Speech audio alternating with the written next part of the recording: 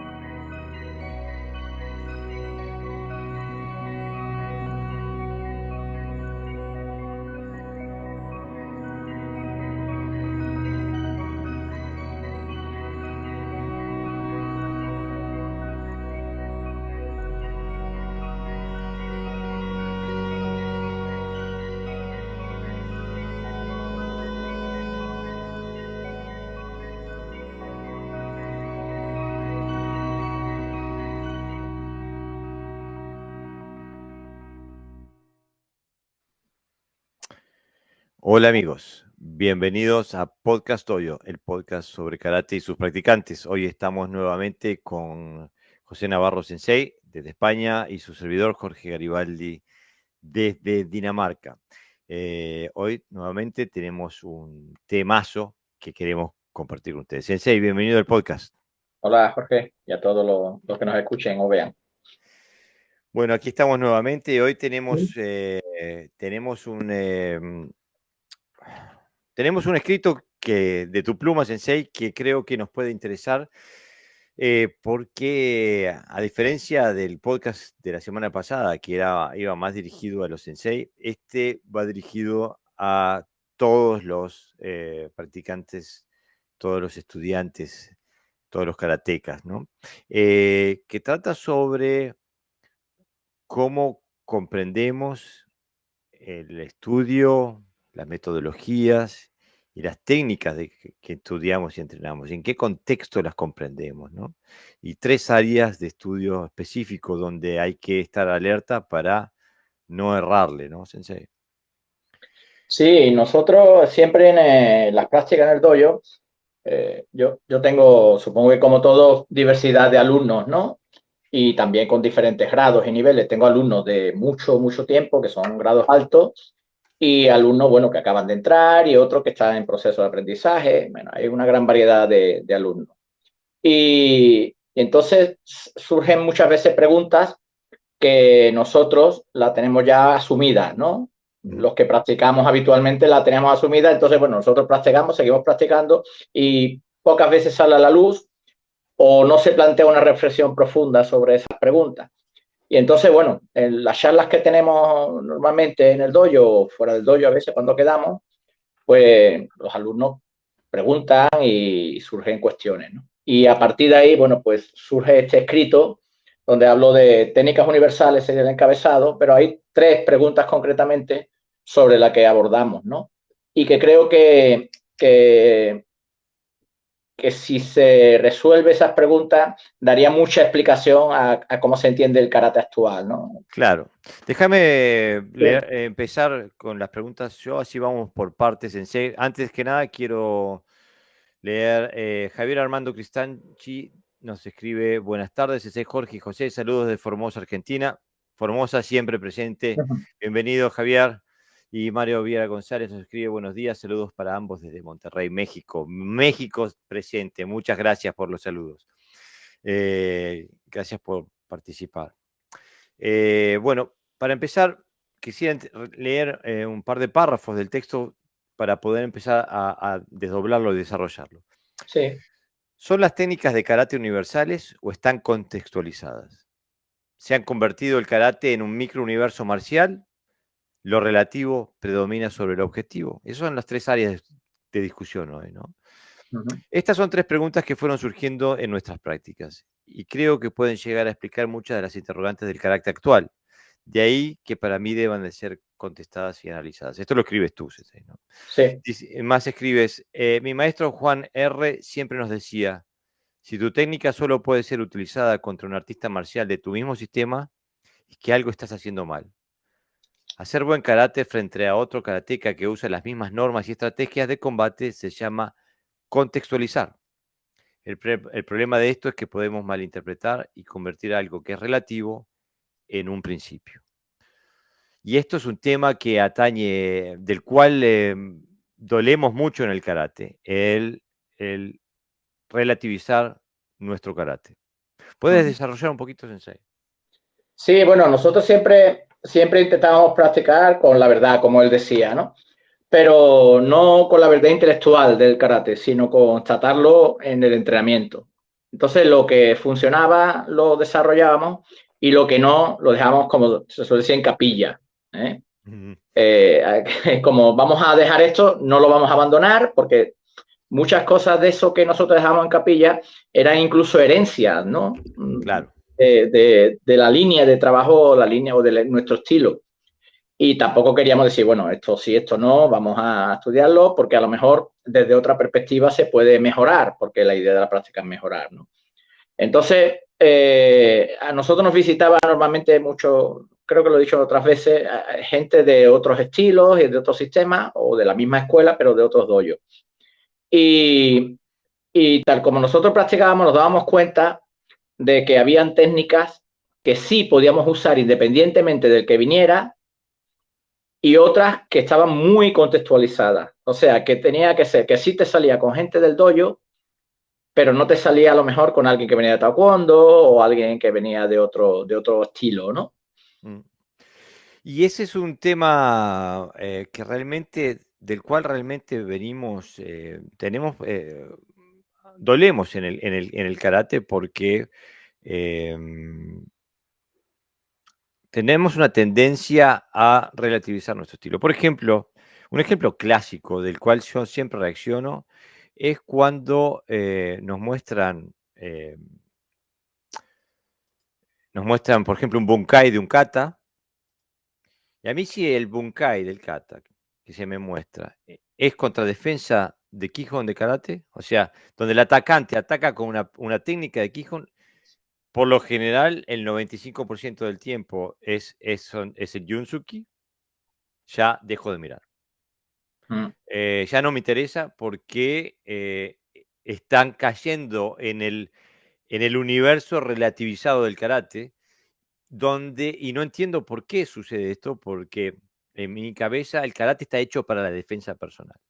Entonces el karate tiene que estar aplicado y diseñado para defenderse contra las técnicas de agresión física que existen en el mundo real, no contra las técnicas de Kihon de karate. Entonces, Claro. cuando alguien intenta interpretar el kata desde el punto de vista de los ataques de Kihon de karate, ya perdió el rumbo. Sí, porque, como decíamos en una de las preguntas, se ha convertido en un microuniverso, ¿no? El karate se ha convertido en algo que gira sobre sí misma y no se expande, ¿no? Y suele pasar eso porque aquello que es relativo, como decíamos, ¿no? Aquello que es un contexto muy específico de algo que alguien trabajó y que lo ha transmitido, no lo ha transmitido como algo contextualizado, sino como un principio en sí mismo. Exactamente. Y al convertirlo en un principio, lo relativo, al convertirlo en un principio, pues eso entra dentro de la metodología de la enseñanza y de la práctica. Y se transforma en un fin en sí mismo, ¿no? Porque si empezamos a definir lo que es bueno, lo que es correcto, a partir de las reglas de esa microrealidad y no si realmente es funcional y efectivo en el mundo real. A nosotros un examen, un compañero de cuarto dan, se nos dio el caso de que presentamos un Bukai libre para cuarto dan, te estoy hablando, ¿eh?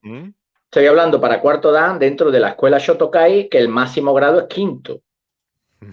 Con lo cual, es alguien presentándose de un alto grado, de tercero, que ya es un alto grado, bueno, casi más, prácticamente a la cima, ¿no? De lo que es el cinturón máximo que sostiene en Shotokai.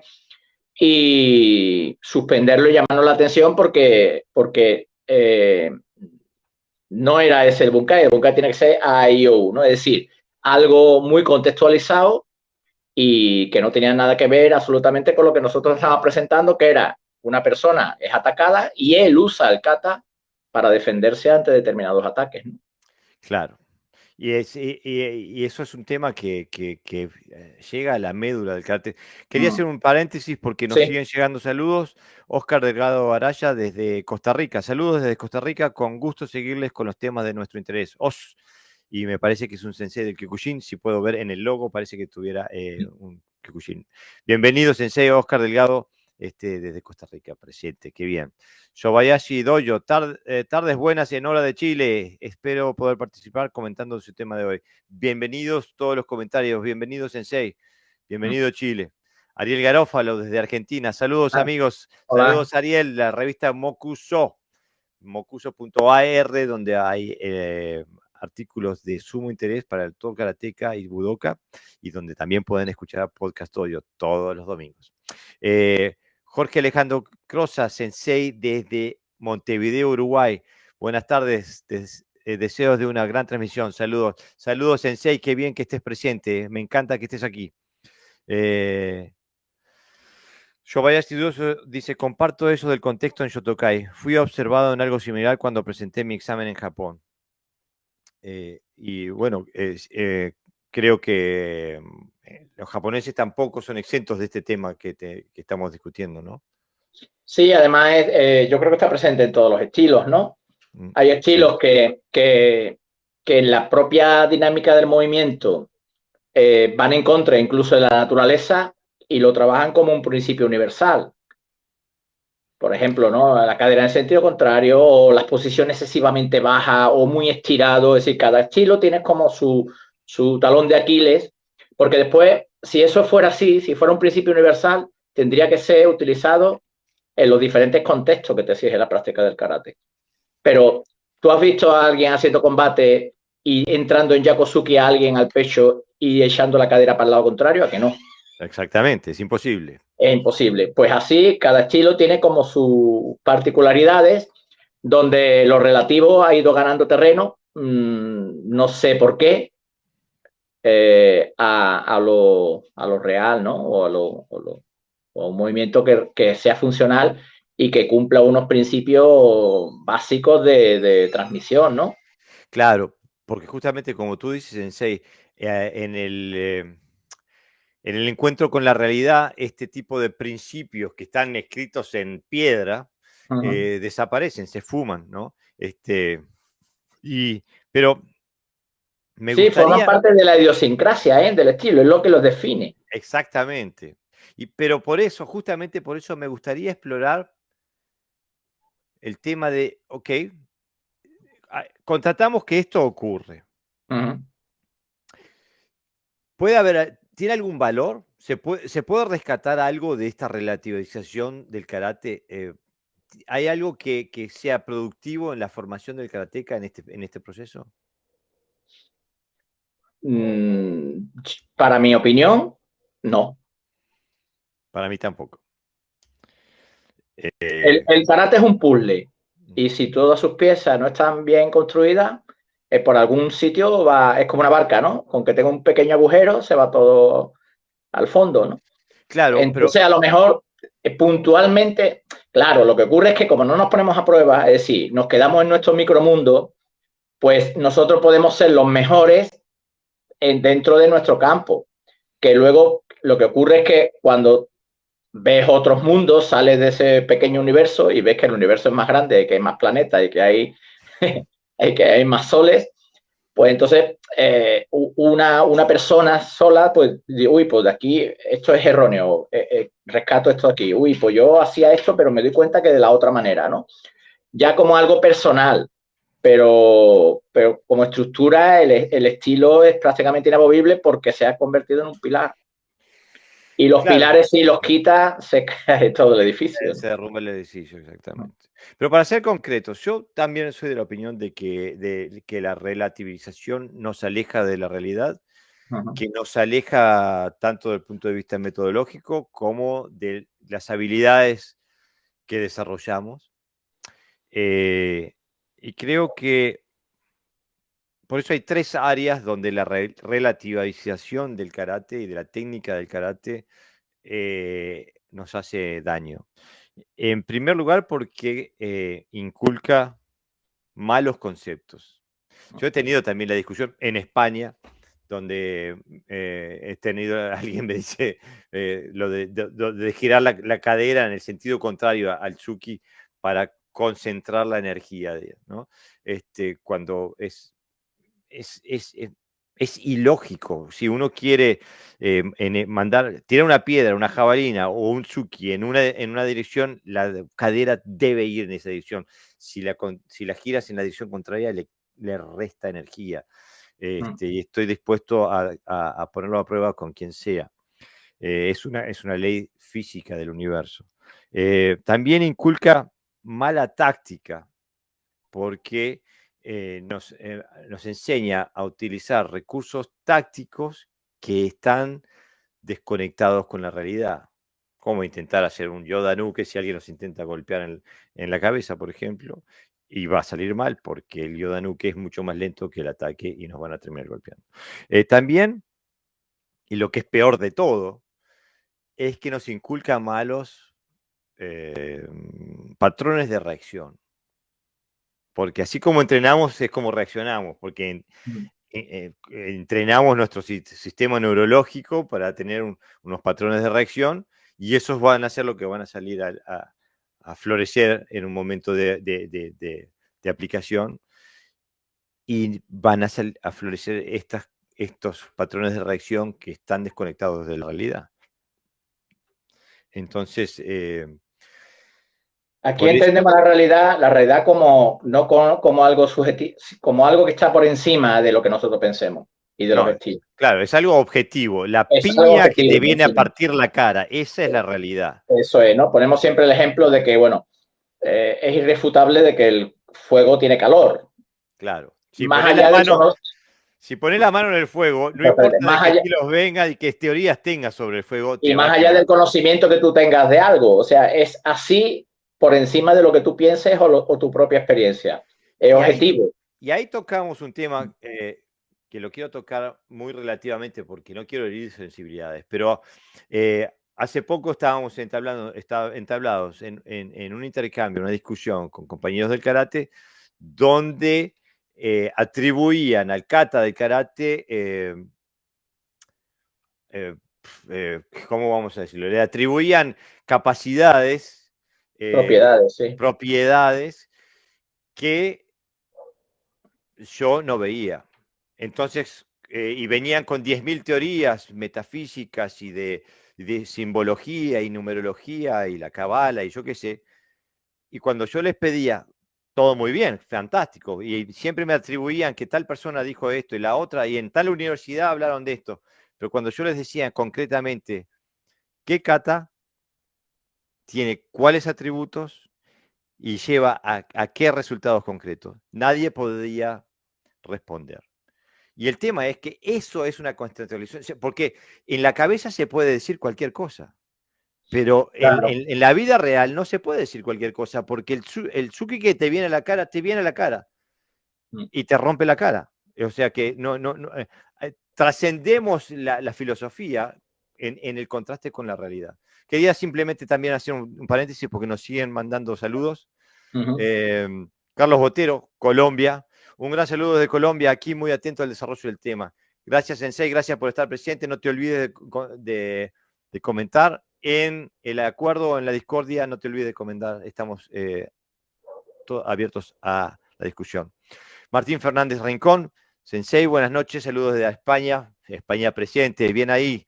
Y Jorge Croce Sensei nos escribe: en mi profesión también se da la diferencia entre plan versus planificación. Exactamente. El plan es cerrado, sin variaciones. La planificación, en cambio, está en constante cambio.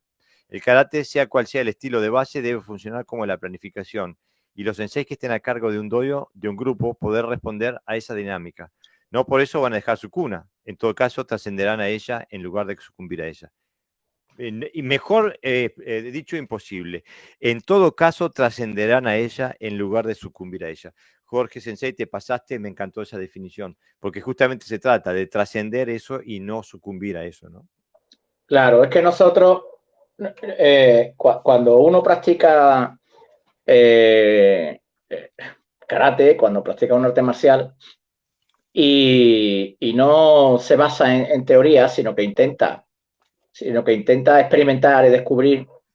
Lo que descubre, la mayoría de las veces, es natural. Son cosas naturales que del movimiento, de la táctica, yo sé, de las sensaciones agradables que tienes cuando practicas.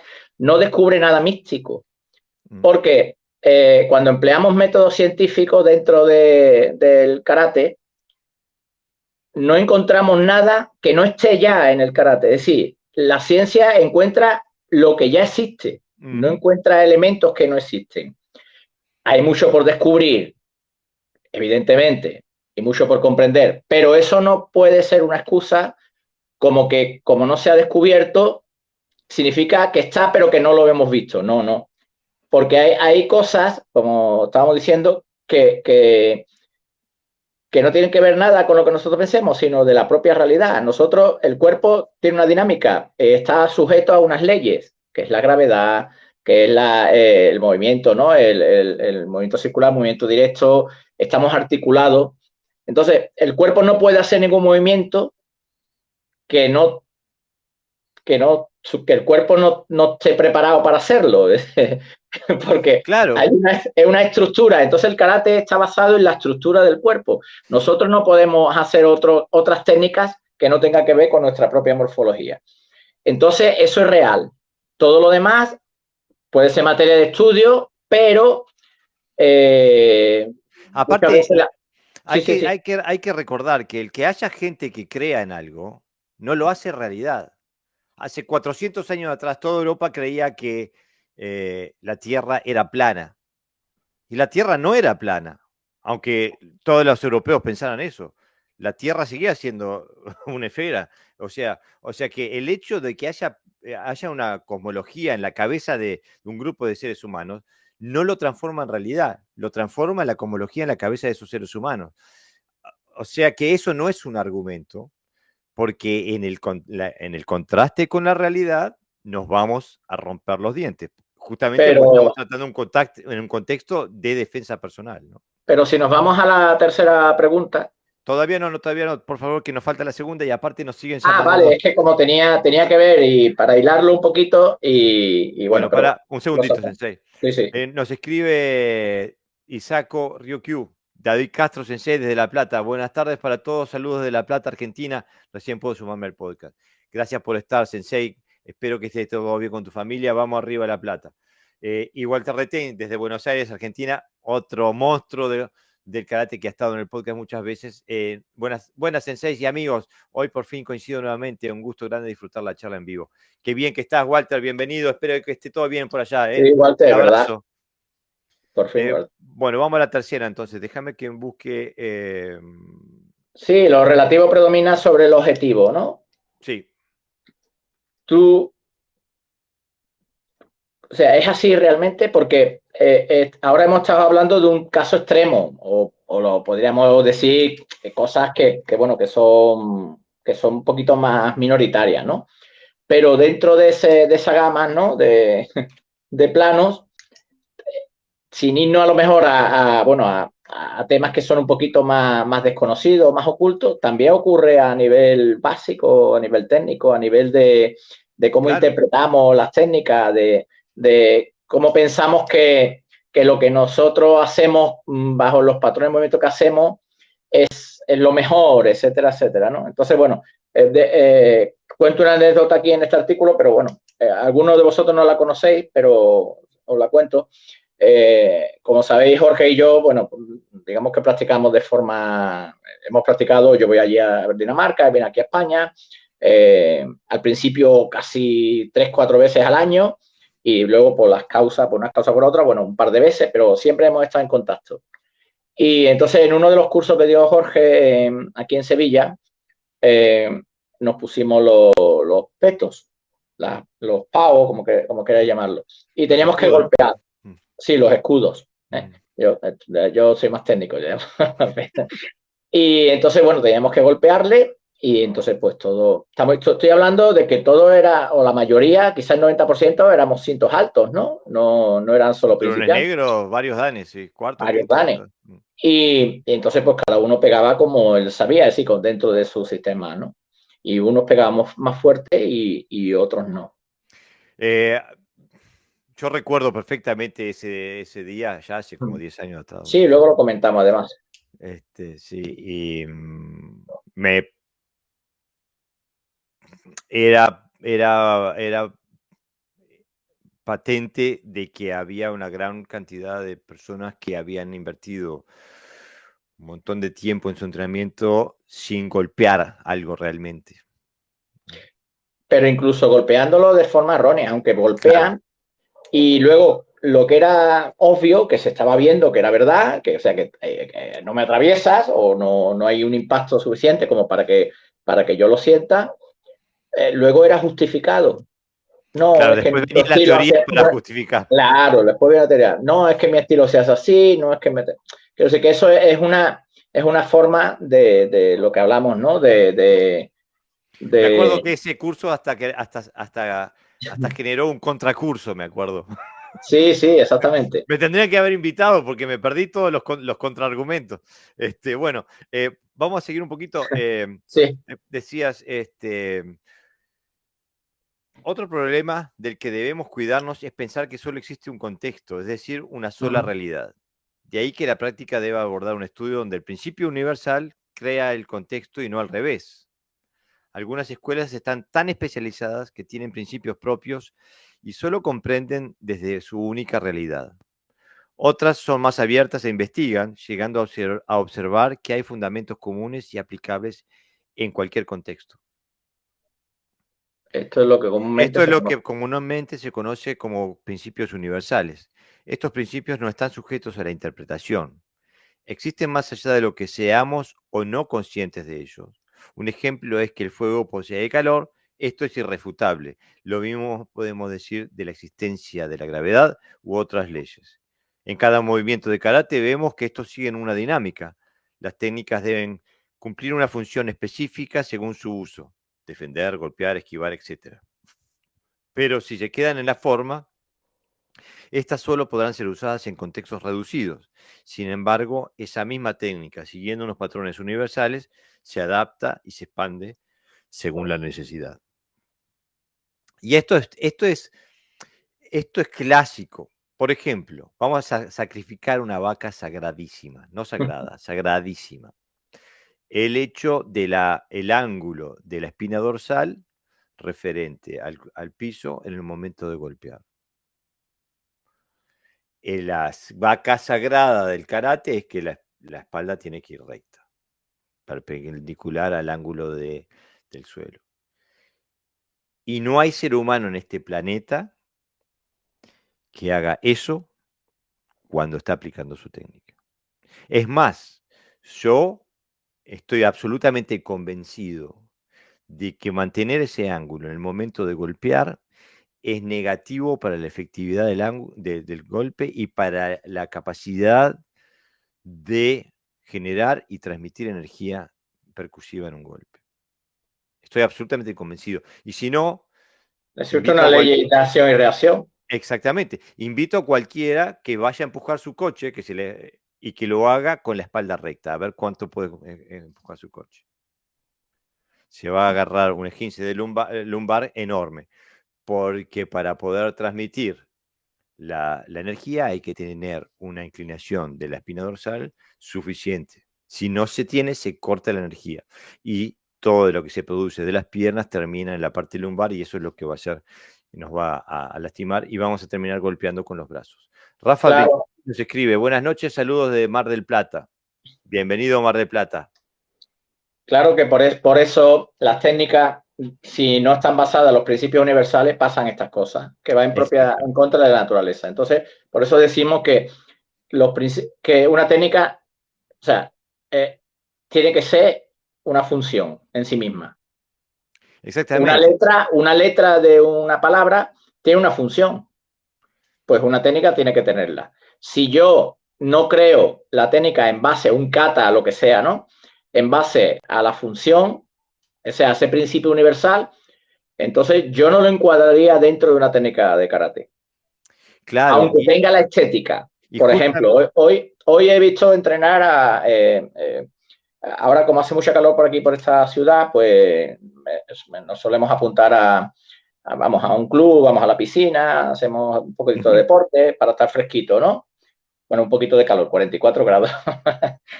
Entonces, hoy mientras yo hacía un poquito de cinta, veía a un chaval entrenando con un saco. Tenía sus guantes, sus vendas, sus guantes puestos. Y era verlo pegarle al saco era como un cuadro doblado, es decir, era tremendo para mi vista, ¿no? Y entonces pensé, él cree que eso son técnicas de boxeo, incluso hace imitación, pero no estaba coordinado en la relación de energías. Por ejemplo, estaba estático y pegaba con los brazos. No ponía la alineación de las articulaciones en los golpes circulares. No tenía movilidad, es decir, tenía una serie de componentes que no, perdón, no tenía una serie de componentes que cualquiera que supiera algo decía, eso no es boxeo, pero para el resto de la gente igual sí. Entonces, ¿por qué? Porque no estaba basado en unos principios lógicos de energía, de eficacia o de eficiencia, de trayectoria, de momento. Entonces, si tú te pones un karategi y haces técnica, eso no significa que estés haciendo karate, a eso me refiero. Cuando digo que para mí, si no tiene una función la técnica, aunque tengas karate, que tengas cinturón negro, no estás haciendo karate. Estás exactamente, haciendo otra cosa. claro, porque está desprendido de la realidad, de los Claro. requisitos fisiológicos y estructurales y energéticos para poder hacer una técnica en la vida real. Y para dar un paso más allá, estoy completamente de acuerdo, Sensei, porque tú apenas lo nombraste y seguiste de largo y quería volver a eso, porque Uh-huh. cuando haces la analogía del idioma, eso también es un tema que se da constantemente en el karate, y especialmente cuanto más grados más se hace, es donde se recurre al idioma japonés, se Uh-huh. define se trae un término en japonés y después se desglosa ese término japonés y de ahí se define la técnica. Y entonces ese es un paradigma errado desde el principio, porque la palabra no define la realidad define la palabra. O sea, la palabra intenta describir una realidad objetiva, no la crea. Entonces, cuando te vienen y te dicen, no, porque el término Shingi Tai quiere decir esto y lo otro, por lo tanto, la técnica debe ser así, así, así. Se cae en un error garrafal porque se le están metiendo a la técnica del karate elementos conceptuales, filosóficos, lo que uno quiera, culturales, históricos, etcétera, etcétera, a la técnica del karate. Se le está imbuyendo eso a la técnica del karate, cuando la técnica del karate con lo único que se relaciona es con la realidad objetiva de golpear de forma óptima, de absorber de forma óptica, etcétera, etcétera, de forma óptima, etcétera, etcétera. Por ejemplo, ahora que estamos trabajando con los katas, que no digo Gerardo Pimentel Sensei, los katas de Seiyo Aragaki, donde Seiyo Aragaki, yo si tuviera que compararlo con un sistema contemporáneo, diría, parece un kata que hace el peekaboo de Mike Tyson, ¿no? El movimiento de cabeza constante y cómo bajar y rotar, etc. Si alguien ve esos katas, dice, pero está rompiendo con todo lo que el karate de ahora, el karate normativo moderno, dice que es correcto. Cambiar de altura, girar la cabeza, trabajar de forma subir y bajar, etcétera, etcétera. Digo, está trabajando con una serie de elementos técnico-tácticos que están mal vistos en el karate contemporáneo y que en realidad son extremadamente útiles en el karate que se relaciona simplemente con la realidad del combate de defensa personal. La realidad objetiva, observable, medible, cuando alguien es agredido de forma física en la realidad física, no en el ámbito intelectual de gente que tiene mucho conocimiento y es muy culta y tiene muchos conceptos y muchos pensamientos. ¿No? Sí, no, yo creo que la terminología ha venido a sustituir un poco la experiencia. Claro. Esa es mi experiencia, por decirlo, perdón por repetirme, y no lo veo yo solo. Nosotros, siempre que nos ha venido alguien al dojo donde tenía grandes teorías, normalmente no correspondía a su nivel. ¿Eh? Porque intentaba justificar un poco la falta de conocimiento, de habilidad más bien que de conocimiento, bueno, con el lenguaje, ¿no? O la falta de experiencia, ¿no? Y yo De experiencia. no me refiero a la experiencia de haber tenido mucha experiencia, sino la experiencia de haber vivido algo, ¿no? De haber Claro. experimentado algo. Porque yo no tengo problema si alguien me dice, no, eso no es así, es acá, es asá, y me muestra, digo, tenés razón. Pero que alguien me diga, eso no es así, es asá, y le pido, mostrame, me dice, no, porque fulanito escribió tal y menganito escribió Aquí lo otro. pasa con el lenguaje un poco lo que estamos hablando antes, ¿no? Que el lenguaje se convierte en un principio en sí mismo, que tiene una propiedad que por el hecho de ser nombrado esa palabra, tú ya tienes que entenderlo, ¿no? Y no es verdad. Y a veces no explica, por ejemplo, en algunas ocasiones sí explica una experiencia el lenguaje japonés, pero en otras no. Claro. No la explica porque está contextualizado. El problema es que el Exactamente. lenguaje habla en un contexto, en una situación determinada.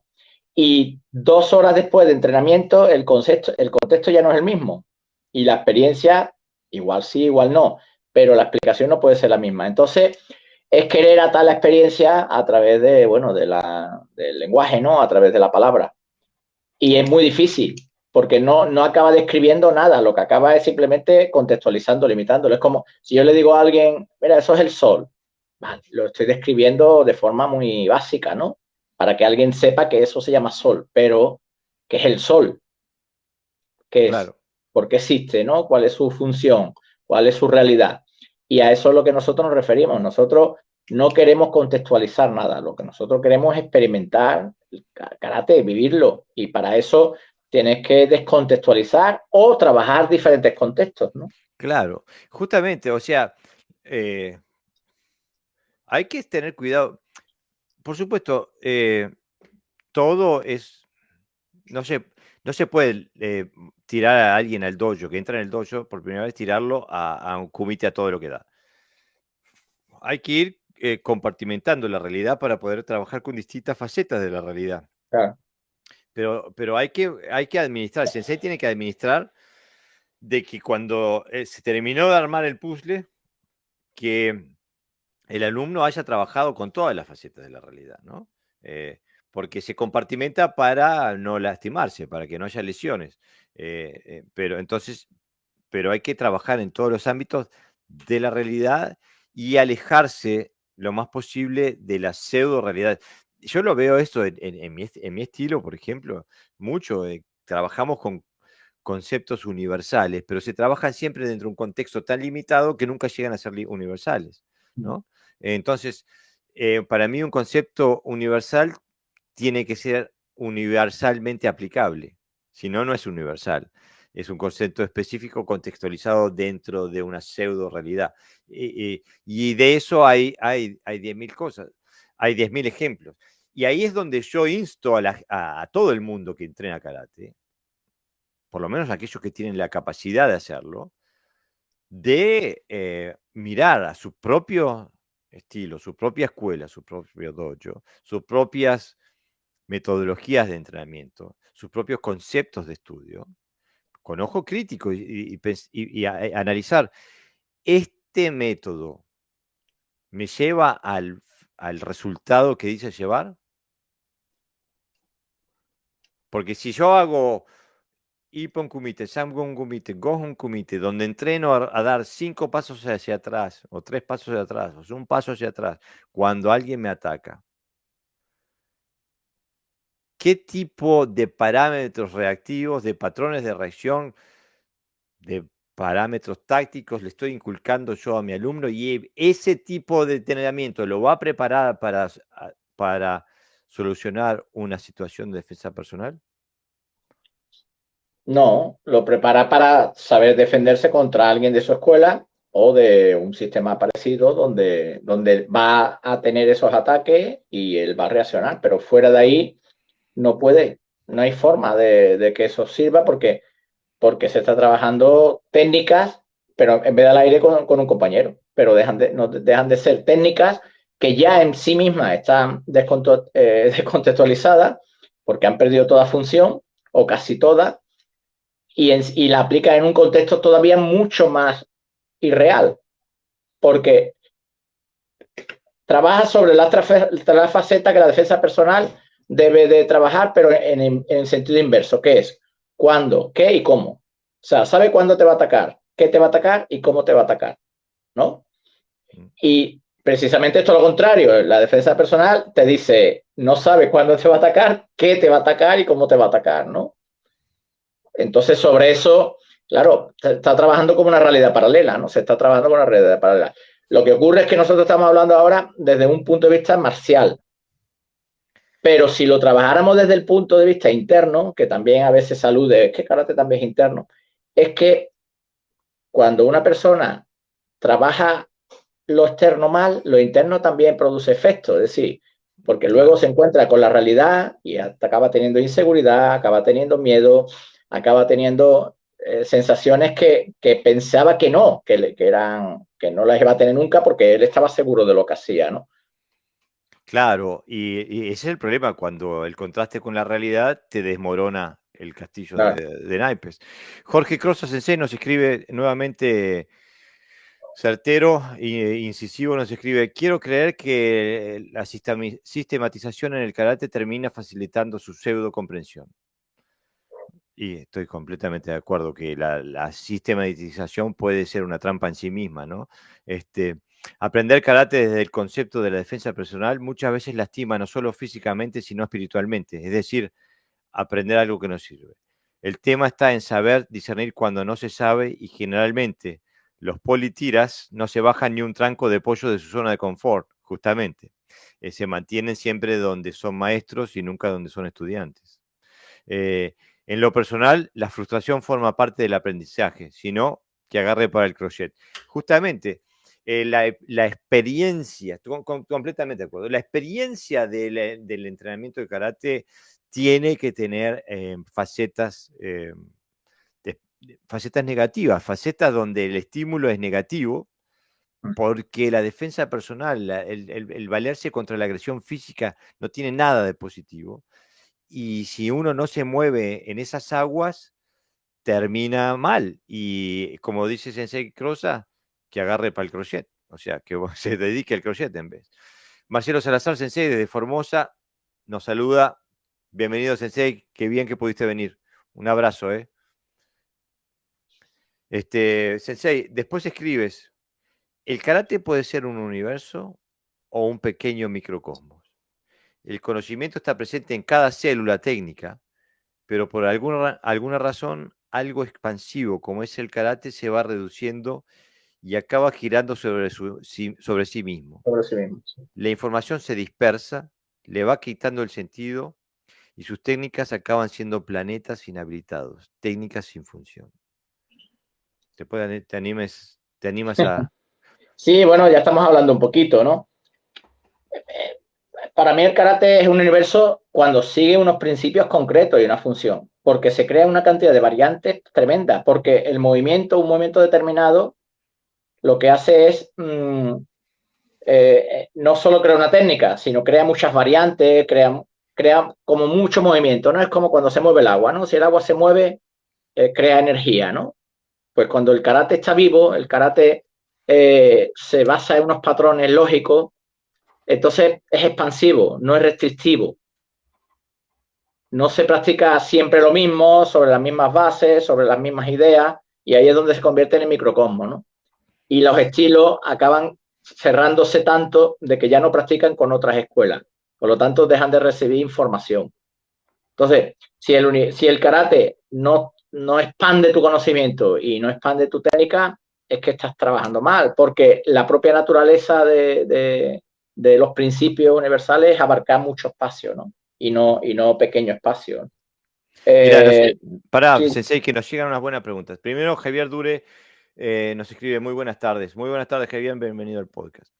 Después nos escribe Ariel Garófalo. Y esta sí que es una idea que vale la pena discutir. Nos escribe, ¿el karate no es también la transmisión de una cultura, de un folclore, como lo es también el dialecto de una comunidad? ¿No es karate si no sirve para defensa personal? Y entonces mi pregunta inmediata es, ¿la cultura de quién? ¿La cultura de los chinos que fueron a Okinawa? De los ¿La hindúes antes. cultura de los hindúes que fueron a China? ¿De los okinawenses que fueron a Japón? ¿De los japoneses que fueron a Estados Unidos, Europa y América Latina? ¿O de los europeos, estadounidenses y latinoamericanos? Porque ¿a quién le pertenece el karate? Ese es el gran problema. ¿Dónde decidimos poner de dónde decidimos delimitarlo?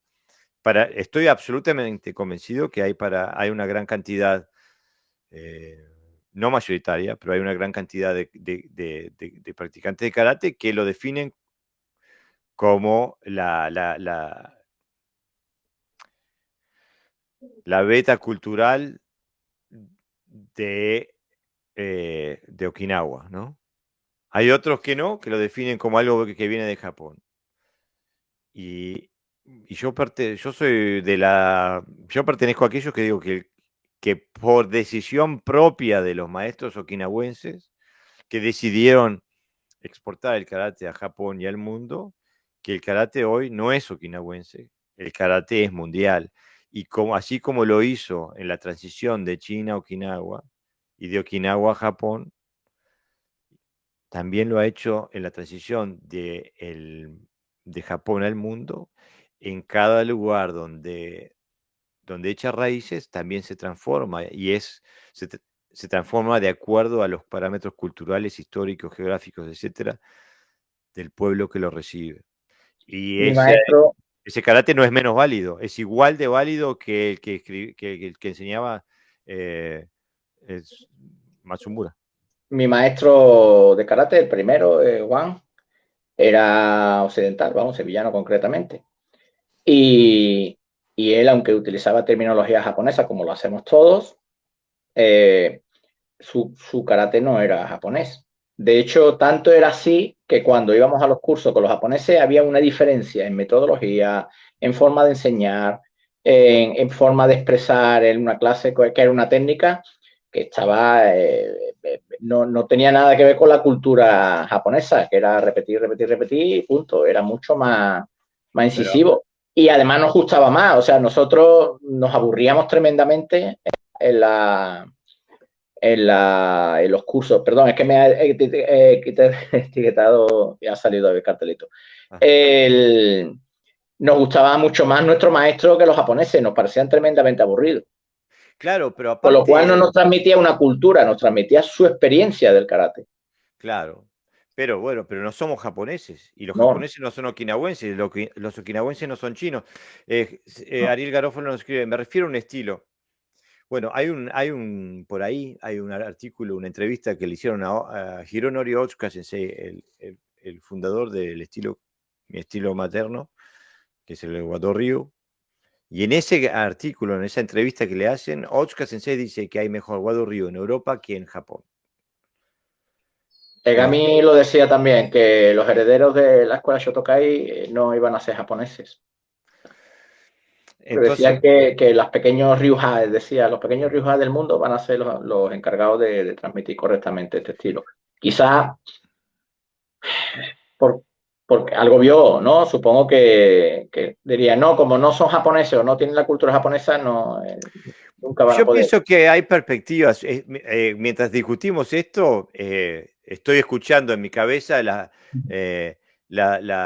los argumentos de Gerardo Alves Sensei, que estoy absolutamente seguro que para él el karate es okinawense y todo el resto no, o es una forma distinta y creer que inferior del karate, que el karate original pertenece a Okinawa, y es una visión válida y a la cual yo respeto, aparte porque respeto a Gerardo Alves Sensei y su capacidad y su conocimiento, pero no es una posición que yo comparta. Para mí, en la historia de la humanidad ya ha demostrado que no hay barreras, no hay muros que tengan la altura suficiente como para impedir la transformación y la entropía del universo, que también atañe al karate. Nos manda Ramón Alejandro Córdoba Muñoz. Saludos, Sensei.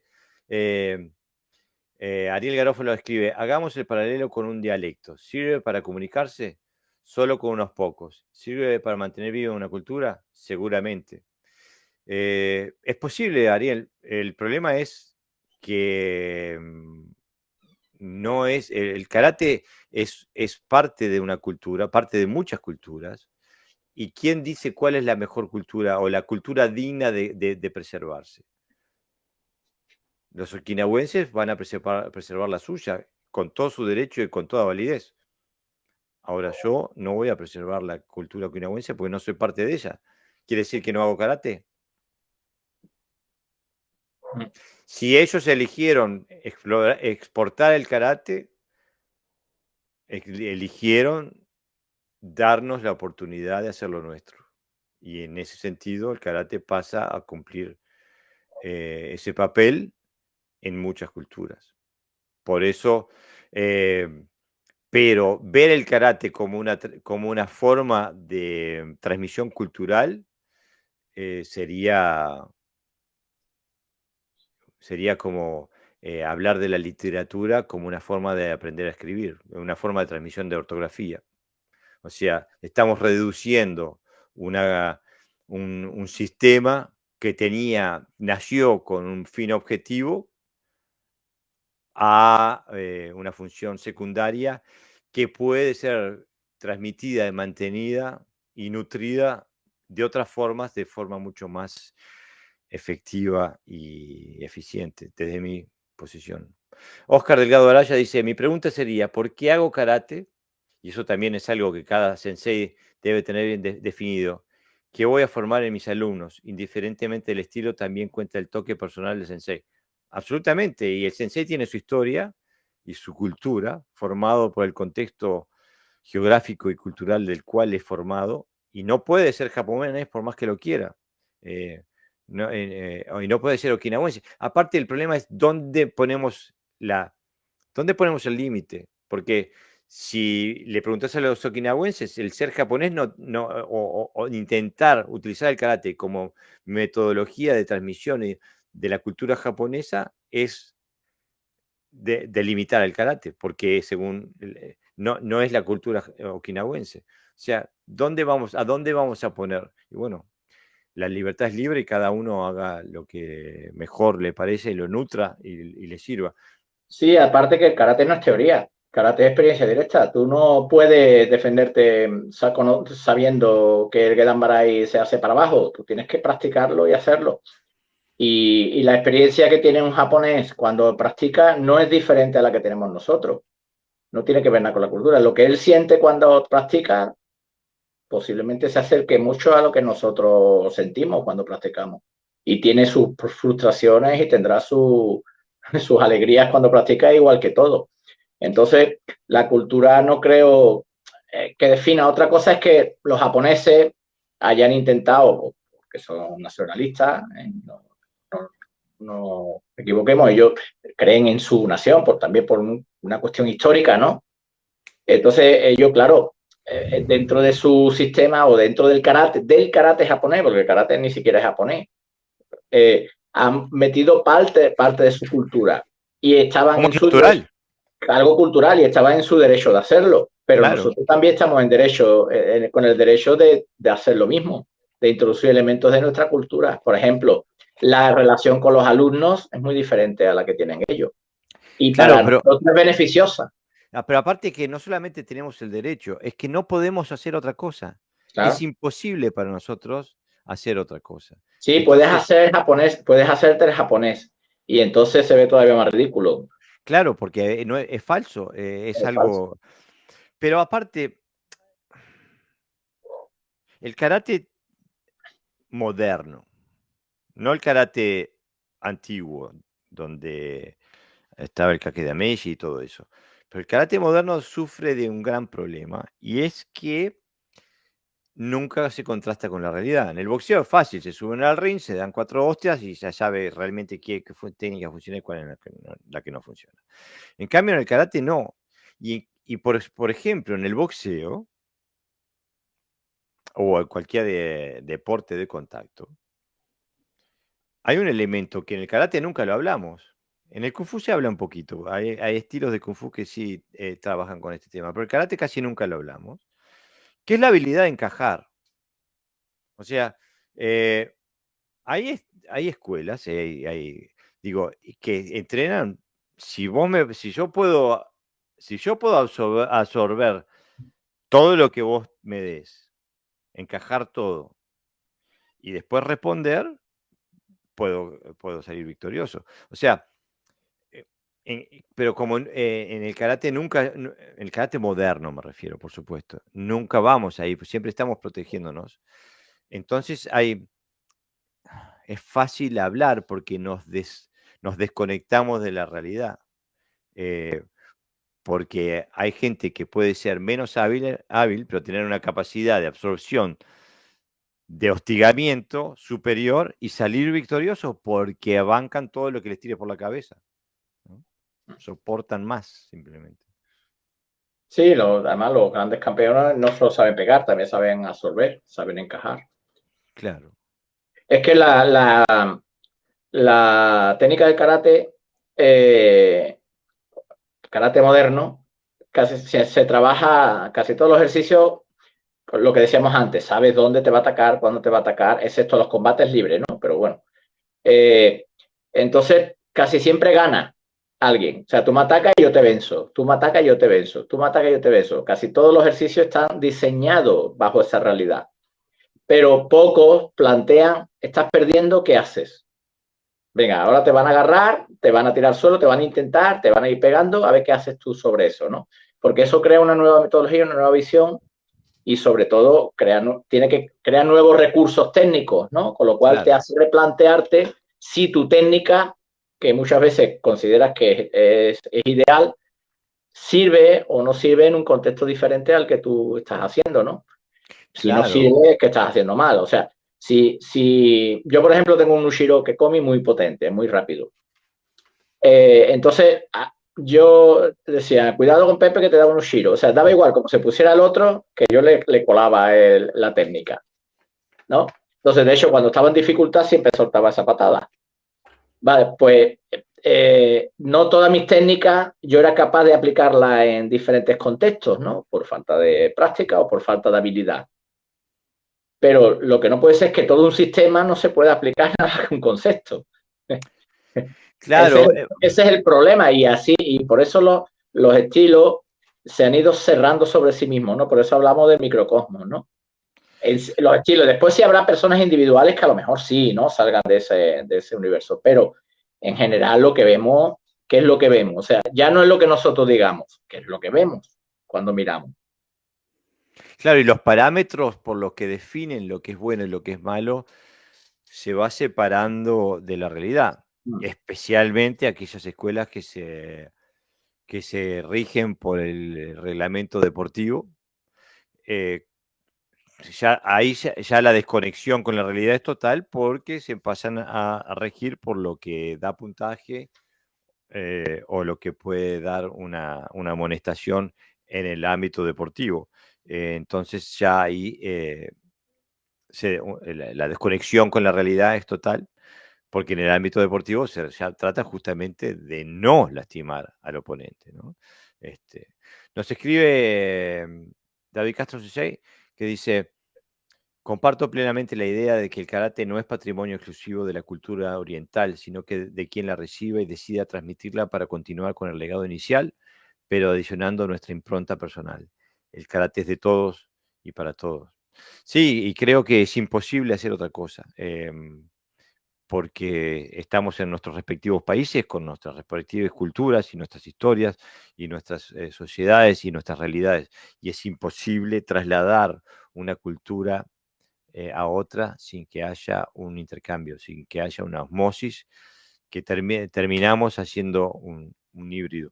Y yo en mi dojo también intento mantener el reishiki, la etiqueta y utilizar los términos japoneses y todo eso para mantener un nexo, un lazo cultural con nuestro pasado. Pero soy un uruguayo viviendo en Dinamarca y no hay quien lo cambie eso. Digo, no voy a ser japonés y este, No, pero aquí hablamos de principios universales. Rei Shiki, tú vas a un colegio cualquiera de España y aplican esos principios. claro, No van en contra de eso, porque forma parte de algo natural en la convivencia. Tú tienes que diseñar una serie de normas de comportamiento y a lo mejor no utilizan el mismo lenguaje, pero el espíritu de la norma es el mismo. Lo que pretende es eso, ¿no? Que crea un ambiente saludable, un ambiente que la persona que entre no se sienta no se siente integrado, etcétera, etcétera. Entonces, hay una serie de cosas que vienen de Japón que son universales. Lo que ocurre es que parece que han nacido en karate y no es verdad. El concepto, por ejemplo, de no violencia del aikido es el concepto de ahimsa del hinduismo. Y creo que la cultura hindú es más antigua que la japonesa.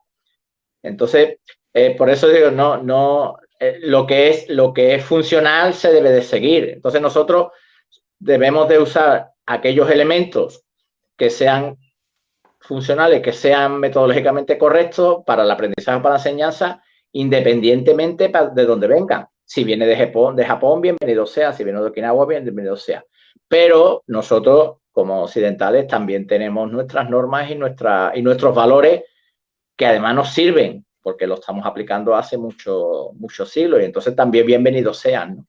pero aparte, justamente, es que el karate do como filosofía de vida, justamente lo que lo hace válido como un do es que nos aporta principios generales válidos para la vida de un ser humano, más allá de su cultura, de su historia y de su posición geográfica. Por eso lo hace como un camino de vida general que puede ser adoptado por cualquiera, no solo por los okinawenses o por los japoneses. Y basta con meterse en YouTube y ver que cada país, cada cultura tiene su expresión de karate muy particular. Claro. Yobayashi Dojo escribe, y respondiéndole a David Castro Sensei, dice, y a eso agregaría que el karate es personal y de transmisión única, que se basa en la vida personal de ese instructor, sumado a todas las experiencias instruccionales que ha recibido a lo largo de su vida de sensei. La verdad que estoy profundamente de acuerdo con lo que dice Yobayashi Dojo, porque eso es lo que nos hace particulares, lo que hace que tengamos algo en especial que transmitirle a nuestros alumnos, ¿no? Si no, le Mira, podíamos dar el video. cuando yo estuve en Amberes, en Bélgica, con Shimabukuro, japonés, que vivía en Estados Unidos, muy impregnado de la cultura además americana, pero sobre todo japonés.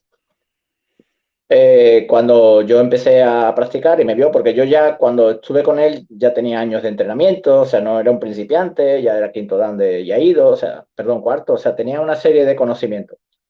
Y él me vio, me estuvo observando, le gusté y de hecho lo refirió y dijo, José, bien, no sé qué, no sé cuánto. O sea, a mí nunca me dijo, como no eres japonés, Claro. no te estás enterando de nada. Todo lo contrario, él vio una habilidad ahí y la resaltó. Quiero decir que a veces estas cosas de culturales y todas esas cosas creo que vienen más de los occidentales que de los propios japoneses.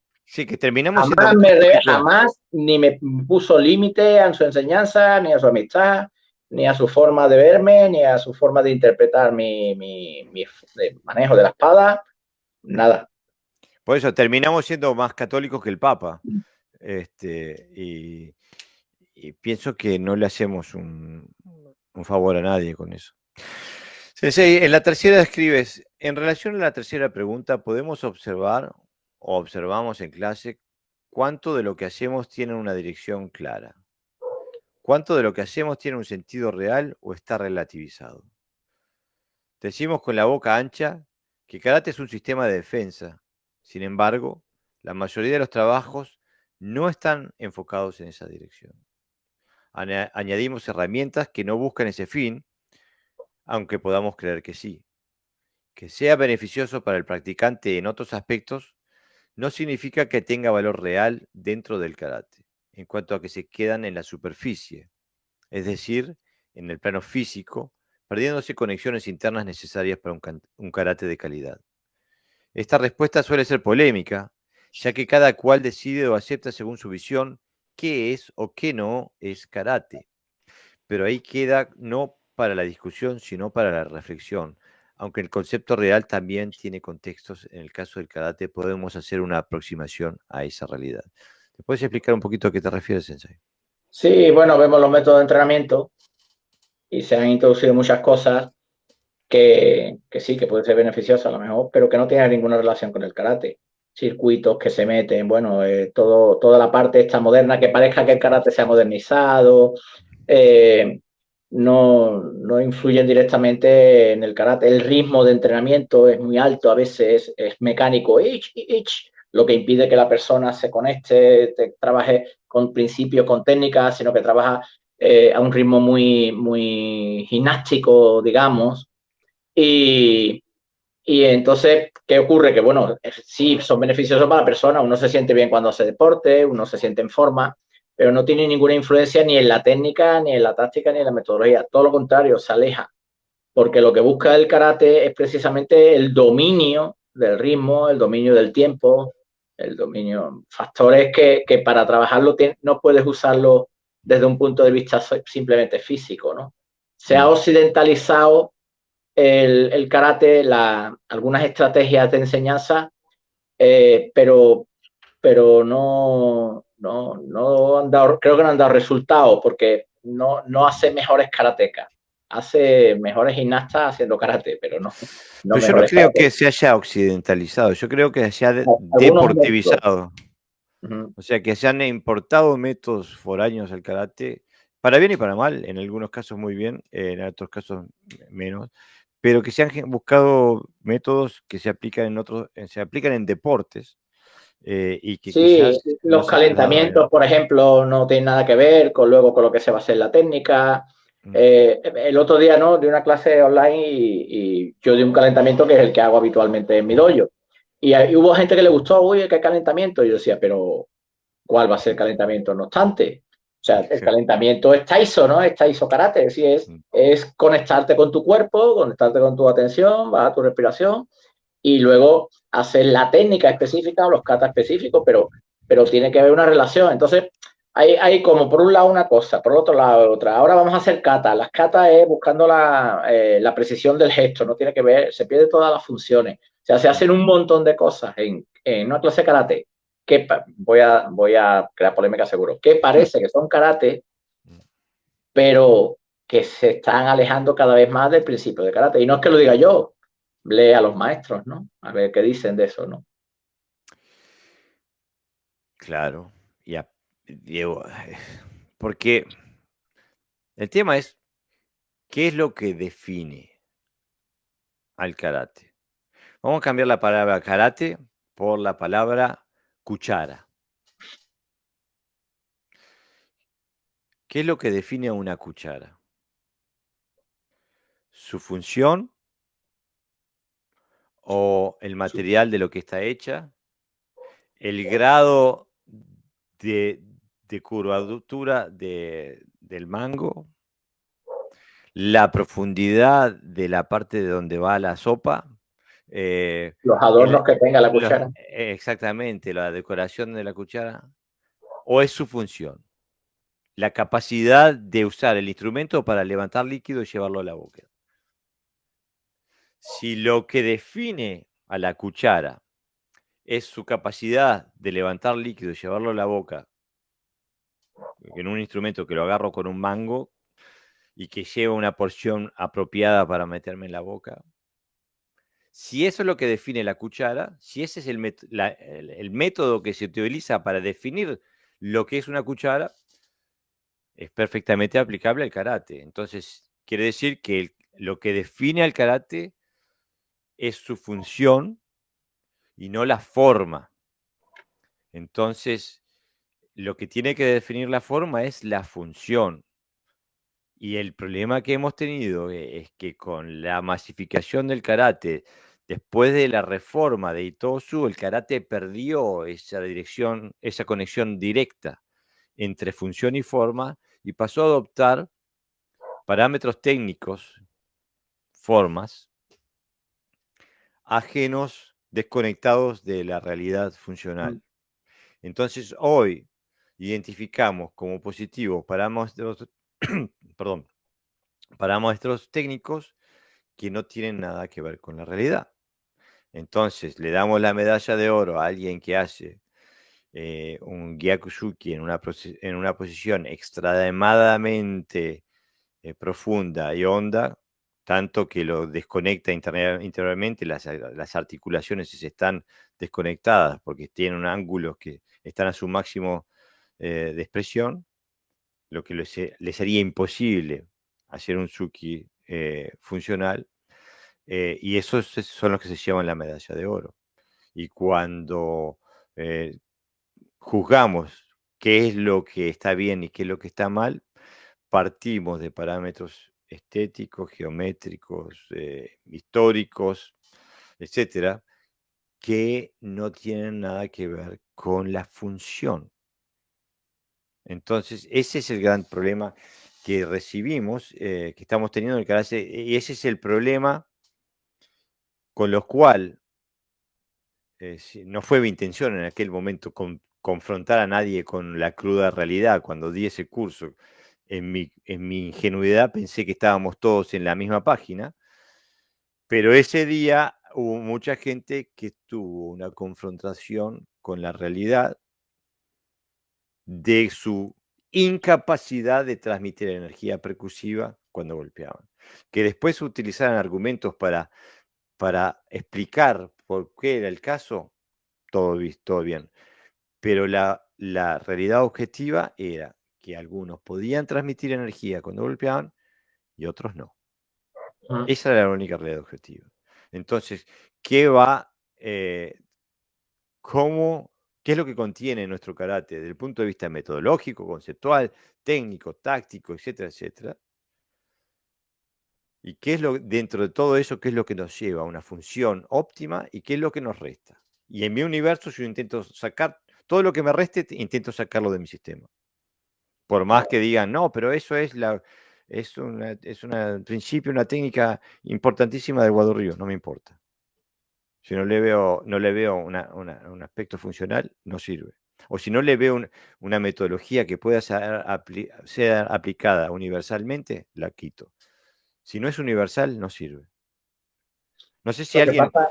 Lo que pasa es que mucha gente del karate se ha creado, se ha quedado en esa forma, solamente la forma y la estética, la función la ha perdido, pero no porque ellos crean que la hayan perdido, sino porque como están entrenando entre ellos, yo te ataco así y yo te puedo defender ese Oizuki o ese Maigeri con un Gedanbarai o una Geuke, con un Shiryuke o lo que sea, y contraatacarte y luego tirarte al suelo y hacerte la técnica de remate, entonces en su mundo sí existe la función, pero el problema es que existe solo en ese contexto. Si alguien viene de boxeo, no te va a atacar así. ¿Eres capaz de defenderte contra él? No. Entonces, evidentemente, la técnica ha perdido la función, porque deberías de poder defenderte contra alguien que te ataca de otra manera diferente, porque la función no es otra cosa que el elemento de tiempo y espacio. luego claro. estructura. Y entonces, claro, suele pasarse. Mira, en un agricultor que salió aquí en televisión diciendo que ellos tiraban muchas naranjas porque en los grandes supermercados la gente no miraba la naranja, sino la estética de la naranja. Seguro. Bueno, todos podemos ver que vamos y están todas bonitas, ¿no? Mm, Y él decía, pues la mayoría de las que tiramos son mejores naranjas para comer que las que vendemos. claro. Pero no Pues son bonitas. no son bonitas. Pues pasa un poquito, es decir, al final demandamos lo simple y como se demanda lo simple, pues yo doy lo simple y eso se convierte en un círculo, se propaga en el tiempo y pasa lo que pasa, que al final la función no importa. Claro, pero aparte, este proceso del cual estamos hablando, este fenómeno, para la gente que está afuera del karate, es muy fácil de observar. Hay un sketch en YouTube de un programa norteamericano que tiene 40 años, que se llama Sábados en Vivo por la Noche, Saturday Night Live, que es un programa de humor. Sí, me suena el programa, el nombre. Bueno, hay un sketch de Jim Carrey, el actor, Sí. que uno piensa, este hombre tiene que haber entrenado karate. Todo el sketch se trata sobre un campeón mundial de karate que daba una clase de defensa personal para mujeres contra cuchillos. Entonces las mujeres lo atacan y él dice, no, no, y lo cortan. Y él dice, no, no, no, me atacaste mal, me tienes que atacar así con el cuchillo. Y las mujeres, pasa eso dos, tres veces donde lo cuchillan y el hombre al final logra que una mujer lo ataque con el brazo recto tipo Frankenstein y cuando ella hace eso, él la parte al medio. Pero todo el chiste es que le decía, no, me atacaste mal porque lo había herido, o sea, estaba tan desconectado de la función que él necesitaba que lo ataque de la forma contextualizada dentro de su escuela para que él pudiera defenderse, ¿no? O sea, eso es algo que lo ve un humorista desde afuera, nos ve haciendo karate y dice, pero eso está desconectado de la realidad. Nos escribe nuevamente Jorge Crosa Sensei, nos escribe, creo que la adopción de técnicas deportivas en la práctica del karate viene como un sistema de respuesta natural a los otros sistemas más comerciales de aprender a defenderse o de hacer ejercicio. Por aquello de que el ejercicio es salud, ¿me explico? Sí, claro. Si nos quedamos pasivos ante esa nueva normalidad, podemos llegar a perder masa. Para quien tiene su dojo en casa, no complica, pero aquel que invierte la tendría complicada, creo. Sí, es difícil mantener desde el punto de vista comercial, si se pierde masa, se pierde la posibilidad de mantener. Es absolutamente comprensible. Pero aquel que invierte, le digo, y a su vez entiendo que calificar a la parte por el todo no aplica. Por hacer un hit, eh, no voy a dejar de enseñar karate, todo lo contrario, bien dirigido lo potencia. No creo que estamos hablando de eso. Yo hago hit constantemente en el dojo, que quiere decir high intensity interval training, ¿no? O sea, entrenamiento de intervalos de gran intensidad.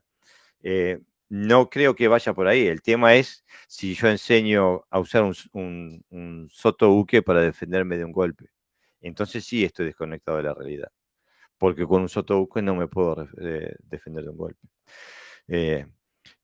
También nos escribe David Castro Sensei, nos escribe, si tal cual es, sí, tal cual es. Por eso mi programa educativo marcial se basa en mis distintas experiencias personales dentro de los diferentes corrientes de Okinawa Te y refuerzo ese concepto con el nombre de mi escuela. Marcelo Salazar nos escribe, siempre dije que creo que todos empezamos a hacer karate por miedo. Ese miedo no siempre es reconocido y resulta una forma de enfrentar ese miedo. Entonces nos creemos que a veces superamos ese miedo diciendo que hacemos karate y a veces escondemos más nuestro miedo haciendo un karate que es solamente una danza. Entonces es mejor ponerle romanticismo al karate, el honor y todo lo que decimos que para mí no tenían casi nada los samuráis. Siempre se dijo que Jigoro Kano se arrepentía de que el judo haya llegado a las Olimpiadas. Y es todo un tema, y hay que decir las cosas como son. Yo tengo un dojo comercial. necesito pagar alquiler, necesito pagar agua, necesito pagar electricidad en mi dojo. No para mi economía personal, eso lo hago trabajando. Pero para tener un local, que digo, mi dojo, tengo que mantener un nivel comercial. Eso hace que tenga que desarrollar la actividad de karate en distintas esferas, ¿no? Yo no le voy a enseñar karate funcional a un niño de 5 años, pero lo puedo ayudar a madurarse, a socializarse, a trabajar con su coordinación, etcétera, etcétera.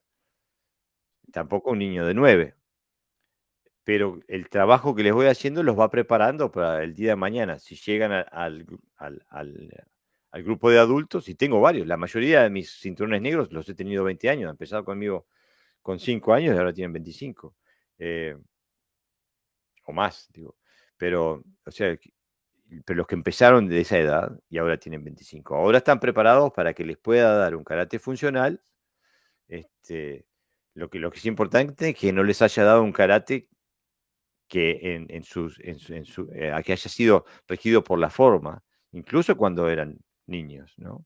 Les tengo que dar los principios efectivos y funcionales del movimiento. Después, el arma que ponemos el filo que ponemos en la punta del arma, eso varía según la edad, ¿no?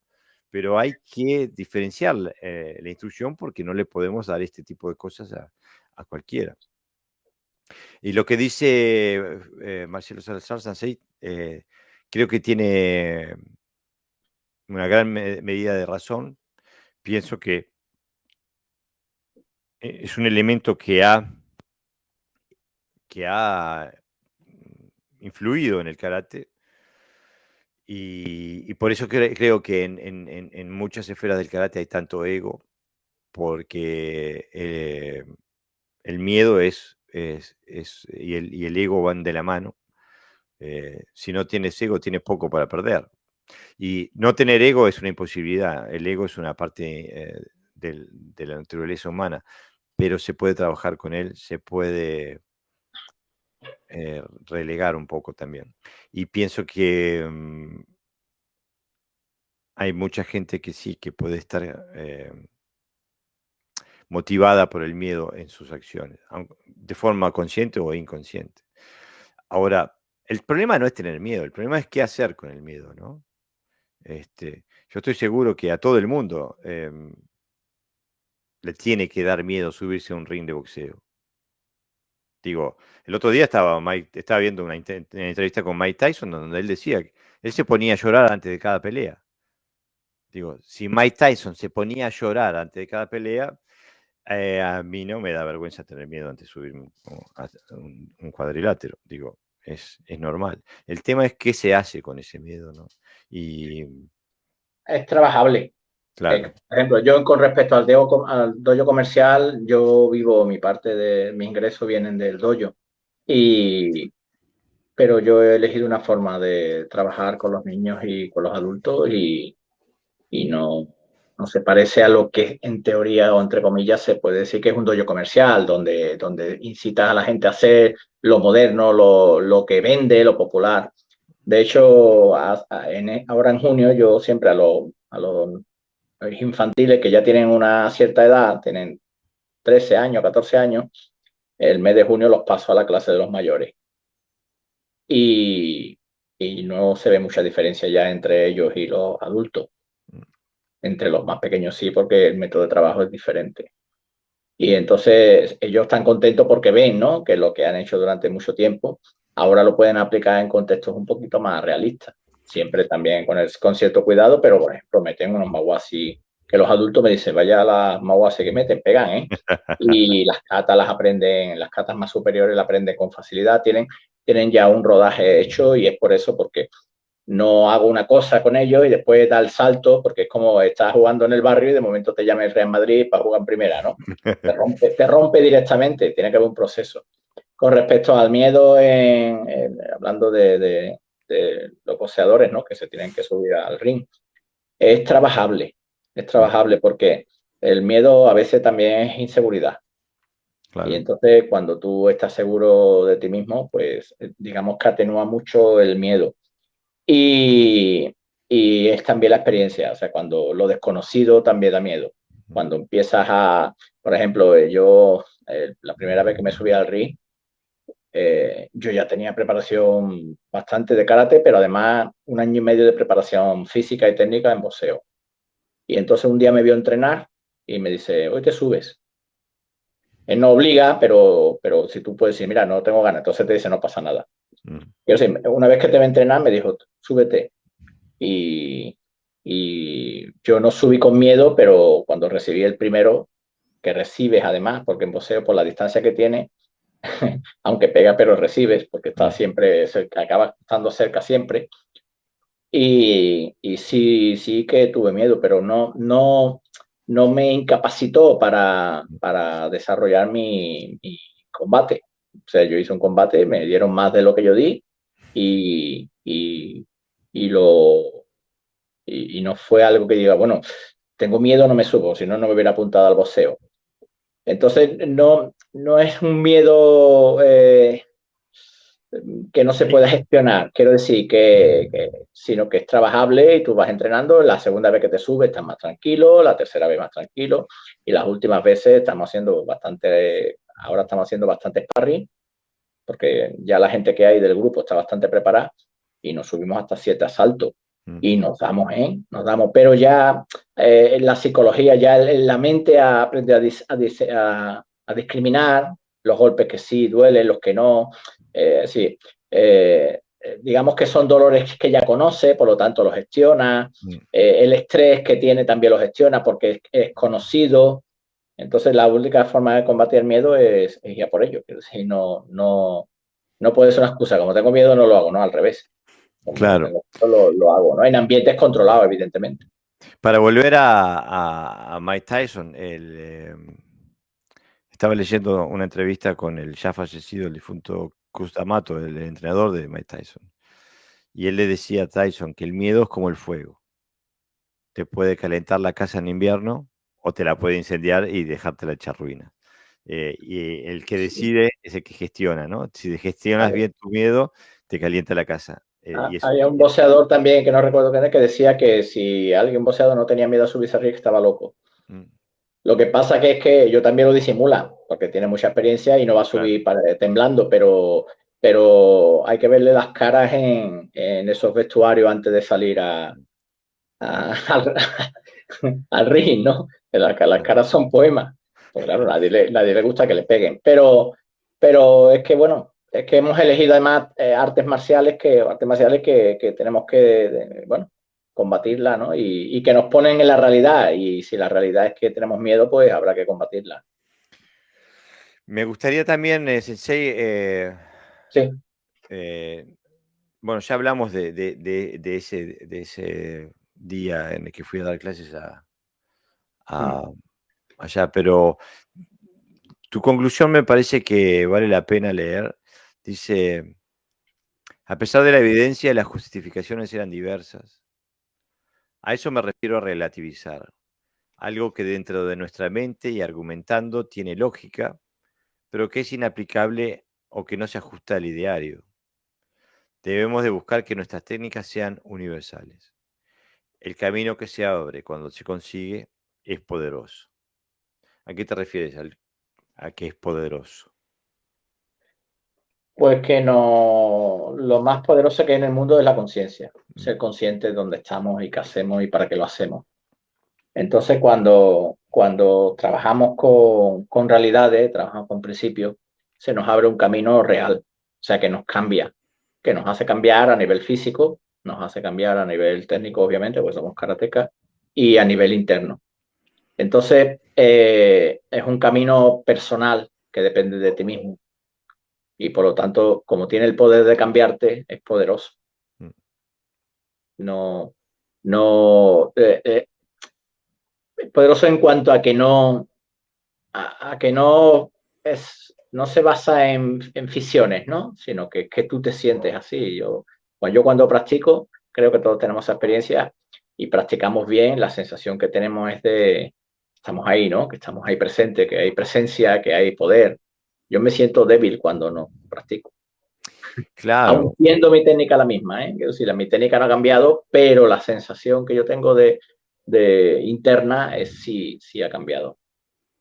Y aparte, digo, si definimos poder como la habilidad para poder, la habilidad de cambiar el mundo de acuerdo a nuestra intención, ¿no? O de influir en el mundo de acuerdo a nuestra intención. O sea, si, la habilidad de cuando queremos pegar, pegar y hacerlo de forma contundente. La habilidad de cuando queremos patear, patear y hacerlo de forma contundente. O sea, todo lo que nos, de lo que, toda intención que surja dentro nuestro, si la podemos plasmar en el mundo objetivo, en la realidad, eso es poder.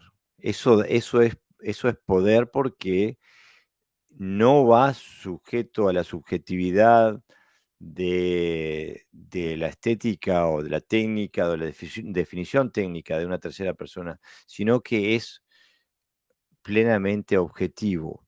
El resultado es, eh, es, eh, es medible, se ve, Es presente, pero exactamente, se plasma en el mundo físico y, y no es definido por...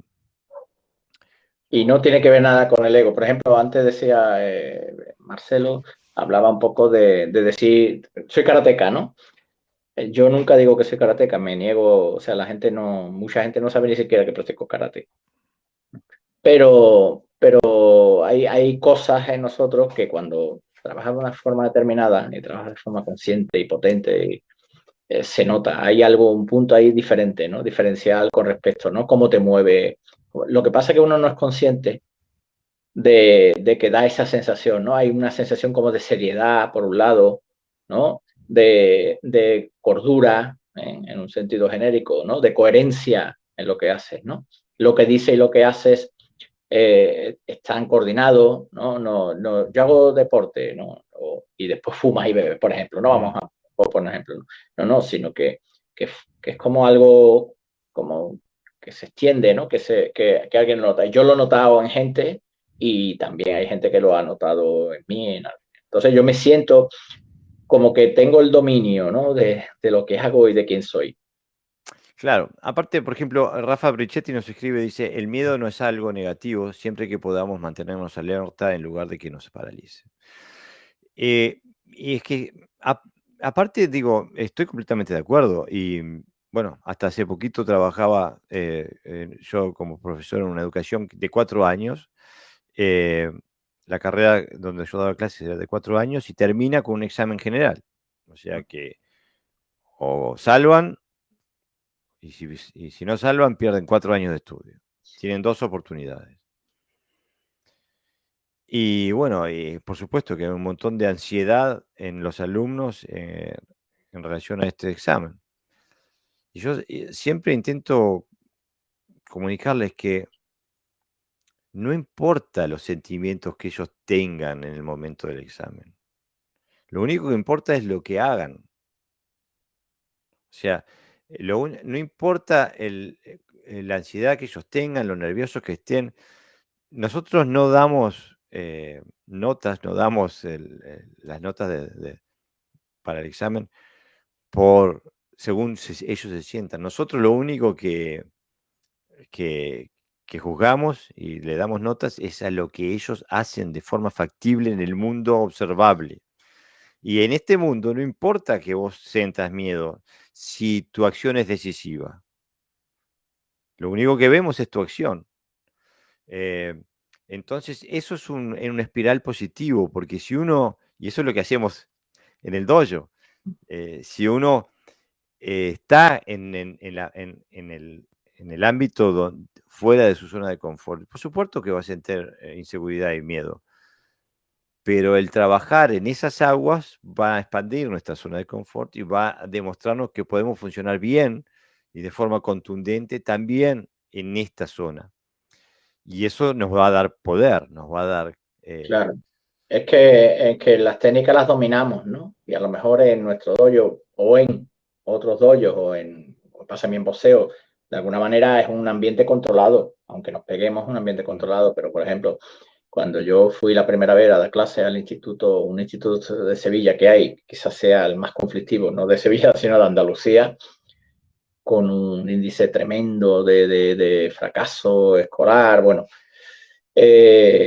cuando yo llegué allí y vi aquello, yo me pude ir y digo, no, yo me quedo, ¿no? Claro. Los profesores se asombraron, ¿no?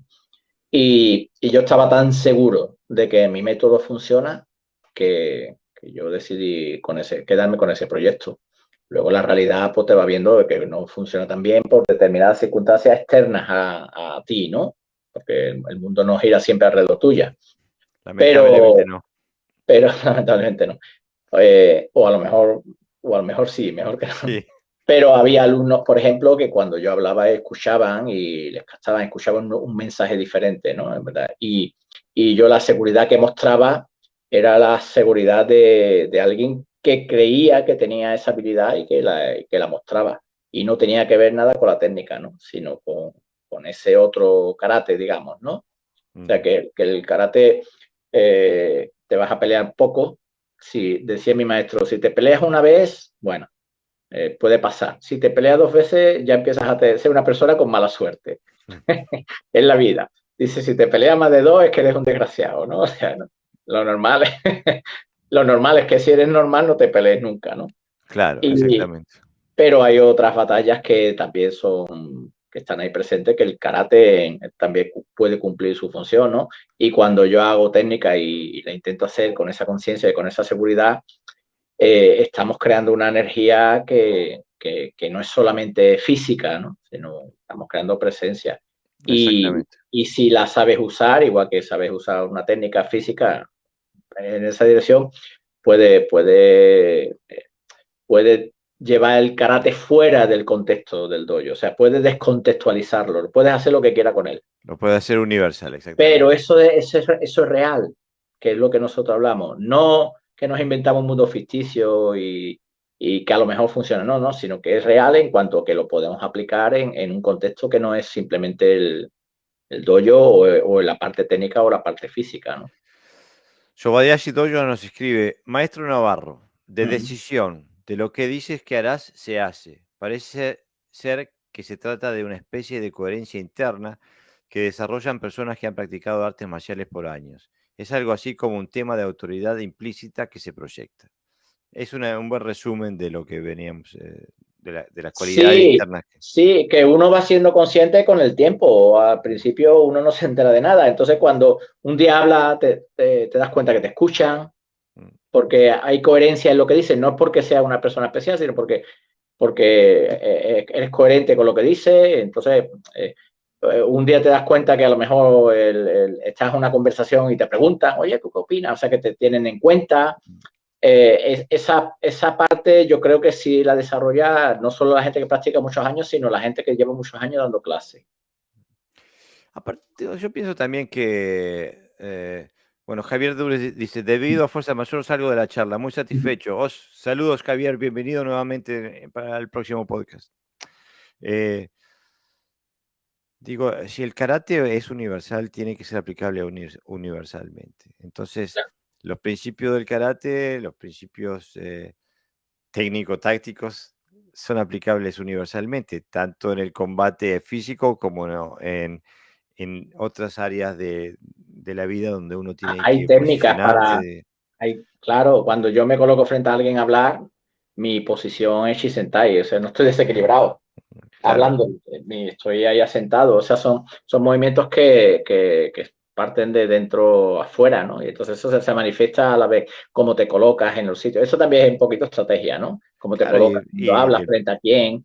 y técnicas comunicativas o tácticas, otras tácticas Claro, el ritmo, comunicativas. el Hay, ritmo, el el, ritmo del lenguaje, todo ahí, todo el un... universo es el mismo, ¿no? Pero los contextos varían. Por eso, si es universal, es aplicable a todos los contextos. Por eso el Claro, además, karate, la técnica no sirve para nada, de nuevo, aunque sea en el contexto de la comunicación, no sirve para nada si no hay un argumento real que lo avale y sobre todo que hayas adquirido la habilidad para la transmisión, ¿no? Claro, aparte digo, el mundo, la vida está llena de baches y de cosas que van en nuestra contra. Y si el karate no, solamente nos arma para soportar, entonces estaríamos todos hechos pelota, digo, estaríamos destrozados porque lo único que podemos hacer es soportar. En cambio, el karate nos da la oportunidad, nos da las herramientas para ser estratégicos, proactivos, poder prevenir, poder evitar, poder evadir, poder eh, invitar y atacar. O sea, nos da un palete, un espectro de cosas que hacer para poder enfrentar las circunstancias de la vida de mejor forma. Y por eso es Karate Do. Y Bueno, Sensei, es una parte importante, muy, muy, muy importante porque de alguna manera es lo que nos define, ¿no? O sea, nosotros cuando se habla de luchador, a lo mejor tiene un contexto limitado, pero cuando se habla de guerrero, como a veces usamos ese término, está hablando en un contexto mucho más amplio. Entonces el karate yo creo que es un buen camino porque te da el discernimiento, o sea, te dice esto sí, esto no, esto sí, esto no, esto sí, esto no. Y luego te da oportunidades bueno, de cómo enfrentarte a obstáculos que muchos en otro contexto están prácticamente, es decir, estás perdiendo, pero de momento cambias la torna, cambias la táctica y lo reconviertes, ¿no? Eso pasa también en la vida diaria, ¿no? Y entonces claro, el karate, yo creo que el karate es poderoso en sí mismo, pero con matices, es decir, depende de cómo lo trabajes, ¿no? Si lo trabajas, es lo que inviertes, ¿no? Si inviertes 1 euro en un negocio, pues no vas a obtener 1 millón de dólares, ¿no? 1 millón de euros. Vas a obtener en consonancia a ese euro, ¿no? Pero si inviertes bien, yo creo que es expansivo, lo que decíamos antes, que es expansivo y también es algo utilizable en cualquier contexto. bueno, para resumir, digo, el karate es universal Ujú. si lo haces universal. Exactamente. Si no, te va a servir en los confines de tu dojo, de tu escuela y de tu estilo, pero no Tiene un campo de acción limitado, ¿no? exactamente. Y bueno, cada uno decide la vía a seguir, pero no, por lo menos la elección tiene que ser informada y no basada en la ignorancia. Y el karate universal está ahí, está al alcance de todas las escuelas y todos los estilos. Es la cabeza que tengamos, los ojos con lo que lo veamos y discernir lo que sirve y lo que no sirve para una visión universal, ¿no? Y bueno, ya estamos por la hora y 42 minutos, 34 segundos, y quedó un buen podcast. Sí, Mañana publicamos el audio, mañana domingo 13 de junio del 2022, publicamos este podcast, el audio de este podcast en todas las plataformas de podcast y en la revista mocuso.ar. sí, adjuntaré el artículo por si a alguien le interesa. Ahí estará. Perfecto. Sensei, un gran saludo y hasta la próxima semana. Igualmente, Jorge. Adiós. Adiós.